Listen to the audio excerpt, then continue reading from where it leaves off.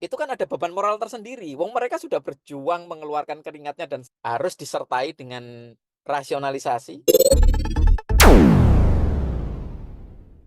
Assalamualaikum warahmatullahi wabarakatuh. Salam sejahtera buat kita semuanya. Ketemu lagi dengan saya Rudi Cahyo, masih selalu di acara Kata Rudi Cahyo. Dan hari ini masih spesial edisi sepak bola.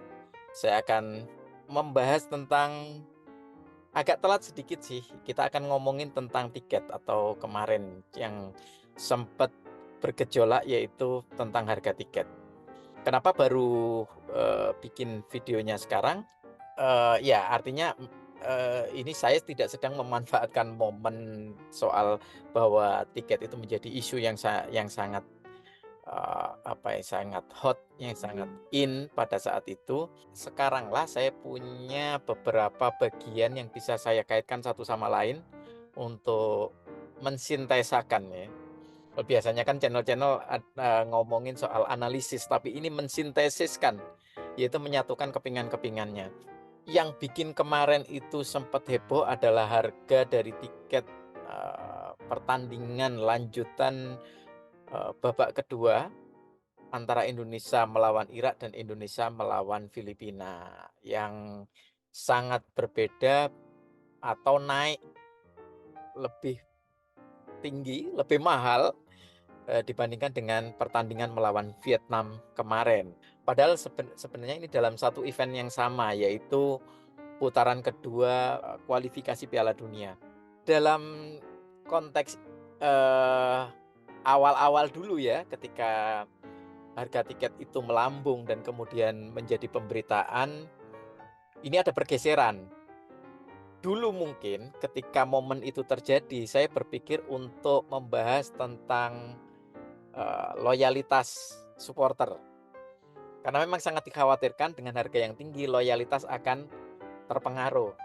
Tapi seiring dengan saya mengamati perkembangan dari para supporter, saya geser tuh, atau lebih tepatnya kalau pembahasannya digeser kepada loyalitas penonton.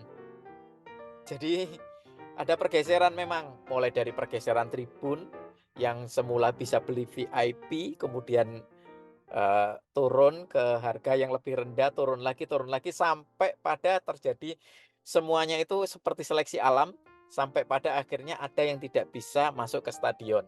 Sehingga nontonnya bukan di stadion. Makanya dari itu, ini cuma soal pergeseran loyalitas penonton.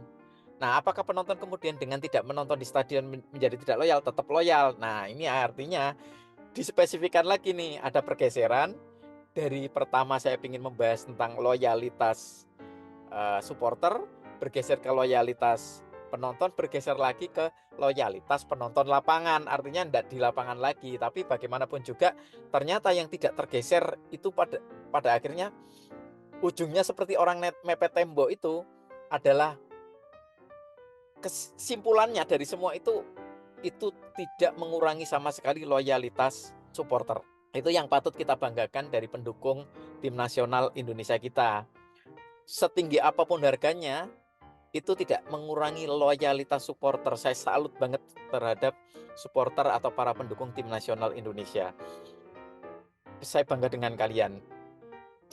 Artinya meskipun kemudian terjadi pergeseran tribun atau bahkan pergeseran dari di stadion ke depan layar kaca, atau mungkin enggak langsung ke layar, ke televisi lah ya, dengan ukuran yang kecil itu yang biasanya saya lakukan gitu ya.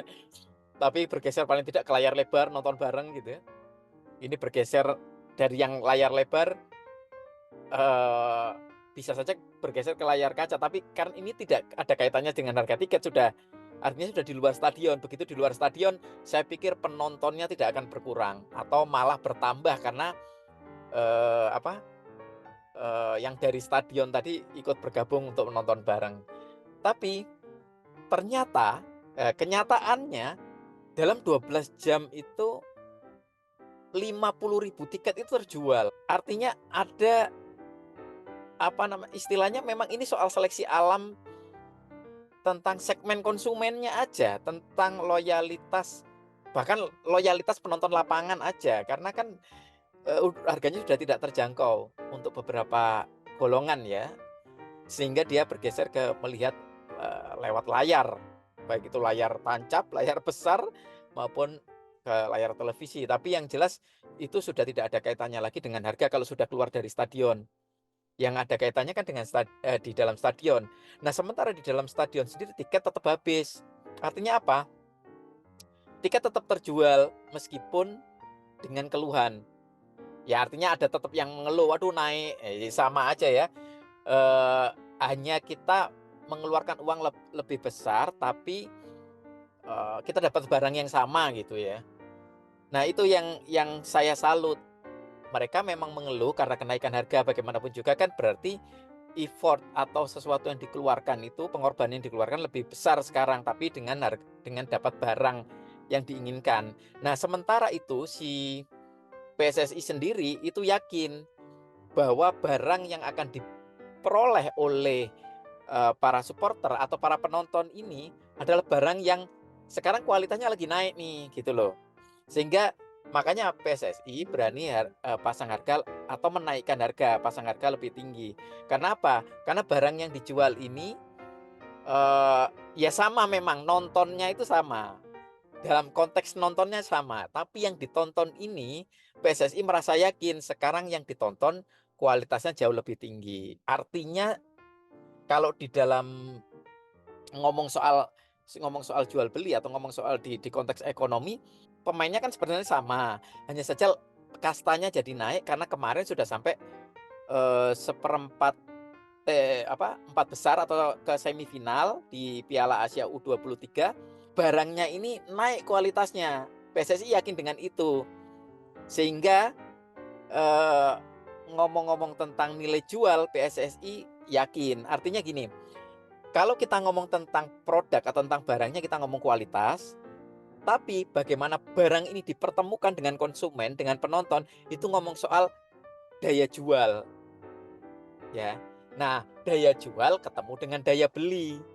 Daya belinya masih kejangkau, itu pasti sudah masuk hitung-hitungannya PSSI. Ya, satu sisi memang PSSI memanfaatkan momen naiknya pamor timnas untuk mendapatkan keuntungan. Di sisi yang lain, PSSI pasti sudah mengukur daya beli masyarakat itu seberapa. Ya pasti akan ada keluhan. Karena apa? Karena pasti penonton membandingkan dengan harga sebelumnya di event yang sama. Pasti akan membandingkan dengan harga sebelumnya. Keluhannya soal pembandingan itu. Tapi apakah mereka akan membeli? Mereka tetap membeli. Meskipun seleksi alamnya terjadi pergeseran itu, mulai dari pergeseran tribun kepada kasta terbawah ibaratnya ya, seperti saya ini nontonnya di layar kemudian ya. Nah, itu yang pergeseran terjadi di situ. Tapi apakah mengurangi minat atau pembelian tiketnya? Enggak juga, karena pada akhirnya PSSI bisa menjual tiket-tiket mereka kayak gitu ya. Artinya bisa mendapatkan keuntungan yang lebih besar meskipun dengan ada ibaratnya kalau di budaya itu ada cultural shock. Jadi ada ini economical shock lah ibaratnya ya, economical shock. Ada, lah naik gitu ya, tapi apakah dibeli? Ya dibeli, tapi ya karena ada perbandingannya dengan event yang sama sebelumnya lawan Vietnam itu harganya hanya berapa ya, waktu harga terendah 100, kalau enggak 100 kemudian menjadi 250 ya. Dari 100 menjadi 250. Belum lagi di level-level atau di kelas-kelas yang atasnya sampai VIP, itu di atas 1 juta itu kalau enggak salah 1.250.000 kalau enggak salah 1.250.000. Nah, ini yang bikin terjadi economical shock. Artinya ya naik gitu, ada gap, ada perbedaan harga. Tapi apakah dibeli? Tetap dibeli. Artinya itu yang membuat saya salut banget, saya bangga dengan dukungan dari para supporter ini. Ya, ya meskipun awalnya punya nilai minus ini dengan naiknya harga ini. Tapi di satu sisi itu memang disadari oleh PSSI sebagai lahan untuk jualannya, untuk mendapatkan keuntungan sebesar-besarnya. Tapi di sisi yang lain, nah itu yang bikin pembahasan saya bergeser ya dari ngomongin loyalitas supporter ke loyalitas penonton ke loyalitas penonton lapangan. Artinya bergeser ke layar kaca tadi. Nah, untungnya PSSI punya penjelasan, meskipun awalnya penjelasan ini agak nggak make sense gitu loh, tentang bahwa eee, pembiayaan terhadap timnas itu semakin naik levelnya, itu semakin tinggi.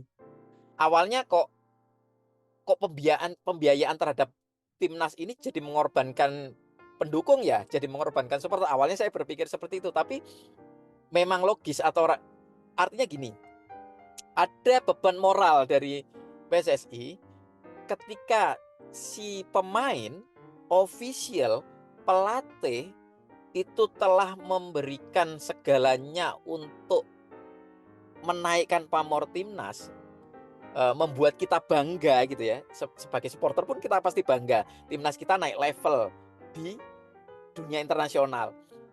Nah, ada konsekuensi moral kan, kalau mereka ndak diopeni ya, mereka ndak dinaikkan entah itu bonus, akomodasi dan seterusnya, itu kan ada beban moral tersendiri. Wong mereka sudah berjuang mengeluarkan keringatnya dan seterusnya gitu ya. Eee, Kenapa kita juga tidak memberikan kompensasi atas pengorbanan mereka, baik itu pemain, itu official, itu pelatih, ya, dan seluruh kru yang terlibat di situ gitu loh. Itu sangat logis sih, meskipun awalnya saya berpikir, kok ya yang dikorbankan pendukung atau supporter atau penonton gitu ya. Tapi masuk akal juga ternyata, artinya satu sisi memang itu kesempatan untuk mendapatkan keuntungan, di sisi yang lain ya ada tanggung jawab moral untuk memberikan kompensasi secara ekonomis kepada seluruh kru, pemain, pelatih yang terlibat dalam meningkatkan kualitas, timnas, ya. Nah itu sangat logis ternyata penjelasan Pak Arya Sinulinga itu sangat sangat logis. Untungnya, eee, PSSI mengkomunikasikan itu. Sebenarnya artinya komunikasi ini penting ya antara PSSI dan pendukung atau supporter, karena keuntungan juga dari mereka, dukungan juga dari mereka membuat timnas ini semakin berkembang, semakin punya spirit lah ya untuk berjuang gitu ya. Itu juga dari supporter kita tidak bisa menafikan itu. Mungkin suatu saat barangkali juga perlu dipertimbangkan ya ketika menaikkan menaikkan harga itu harus disertai dengan rasionalisasi, kalau ndak mau dibilang sosialisasi ya rasionalisasi. Selain itu juga, anggaran dari negara untuk cabang olahraga, sepak bola itu bukan yang terbesar. Kalau ndak salah sepak bola urutan keempat atau kelima. Jadi anggarannya ndak besar dan bahkan untuk kawasan Asia saja itu bisa 10 sampai 13 kali lipat kita di bawah mereka. Bahkan di level Asia Tenggara saja kita masih di bawah 3 kali lipat di bawah Thailand atau Vietnam.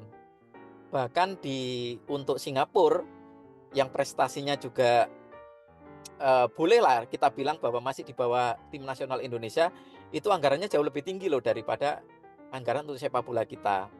Jadi artinya memang di satu sisi ini dimanfaatkan oleh PSSI untuk mendapatkan pemasukan ya, kalau kita tidak bilang keuntungan lah, pemasukan yang besar.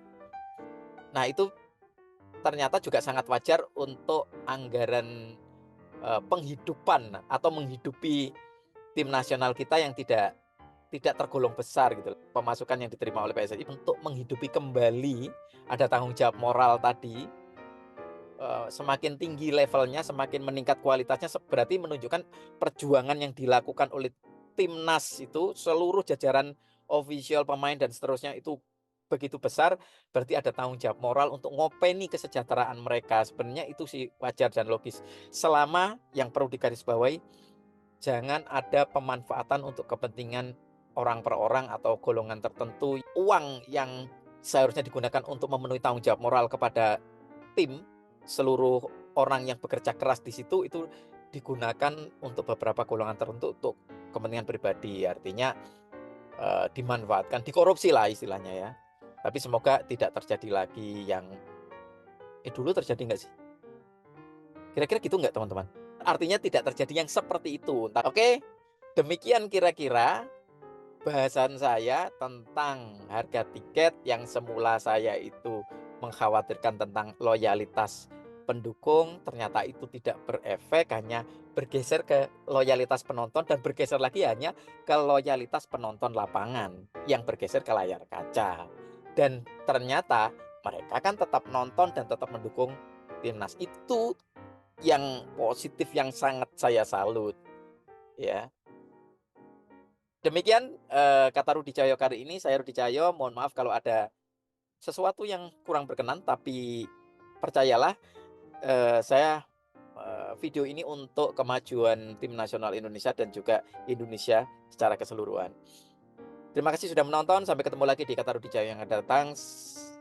Jangan lupa dukung Rudi Cahyo TV dengan cara like, share, komen, dan tentu saja subscribe. Assalamualaikum warahmatullahi wabarakatuh.